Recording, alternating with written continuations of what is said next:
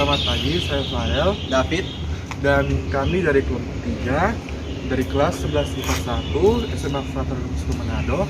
Pada kesempatan ini kami akan menjelaskan mengenai tugas agama kami, yaitu peran, hierarki, dan awam dalam gereja Katolik.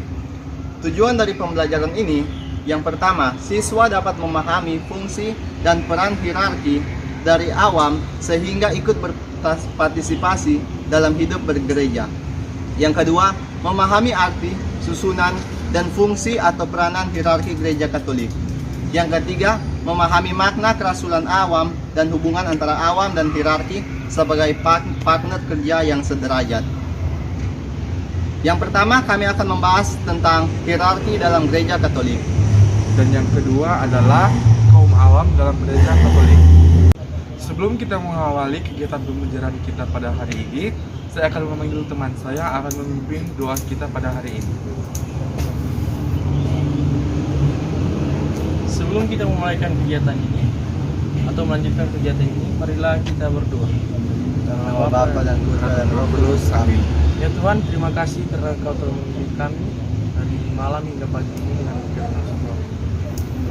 Sebentar lagi kami akan memulaikan kegiatan kami, yang Kau memberkati kegiatan kami, dan membimbing kami agar supaya kami bisa menjalankan dengan baik. Inilah doa kami panjatkan kepadamu dengan perantaraan Kristus Tuhan kami. Amin. Bapa dan Putra dan Roh Kudus. Yang pertama, kami akan membahas tentang hierarki dalam gereja Katolik. Sebelum kita masuk ke dalam pembahasan, kita harus mengetahui tentunya apa itu hierarki dalam gereja Katolik. Hierarki dalam gereja Katolik merupakan orang-orang yang memegang otoritas dalam gereja Katolik. Yang termasuk dalam hierarki adalah mereka yang mempunyai jabatan, karena mereka mendapat penyucian melalui tahbisan. Hierarki juga dalam gereja Katolik adalah suatu panggilan yang sangat khusus, dikarenakan panggilan ini adalah panggilan campur tangan Tuhan, dan hal tersebut merupakan sesuatu yang sangat sakral. Kami pun akan membahas tentang susunan hierarki dalam gereja Katolik. Yang pertama yakni para rasul. Para rasul bertugas sebagai pemilik, penatua, dan pelayan gereja. Yang kedua yakni dewan para uskup, yang bertugas sebagai pengganti para rasul dalam bertugas. Yang ketiga, kardinal. Kardinal bertugas sebagai penghadir dalam dewan rapat suci. Adapun ajaran gereja tentang hierarki, yang pertama pelayanan, yang berisikan kesetiaan mengembangkan gereja. Yang kedua, kolegalitas, yang berisi ajaran akan cinta kasih. Dan yang ketiga, yakni mengembalakan, yang berisi tentang kepemimpinan dalam gereja Katolik. Dan yang keempat, dan juga yang terakhir yakni para diakon, yang berisi tentang komuni dan pembaptisan. Bagian yang kedua adalah kaum awam dalam gereja Katolik. Apa itu kaum awam?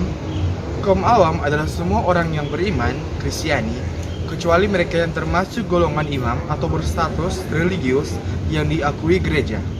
Maka, kaum beriman Kristiani berkat pembaptisan telah menjadi anggota tubuh Kristus dan terhimpun menjadi umat Allah. Apa saja peranan kaum awam? Tugas kaum awam adalah melaksanakan dan mewujudkan kabar baik di tengah-tengah dunia di mana kaum hierarki tidak bisa masuk ke dalamnya. Dalam Kristus ada pengampunan dan tanpa batas dan kedamaian. Datanglah dan percayalah kepadanya, sebab Kristus yang sudi mengampunimu dari beban dosa. Sekian dari kelompok kami, kelompok 3. Terima kasih.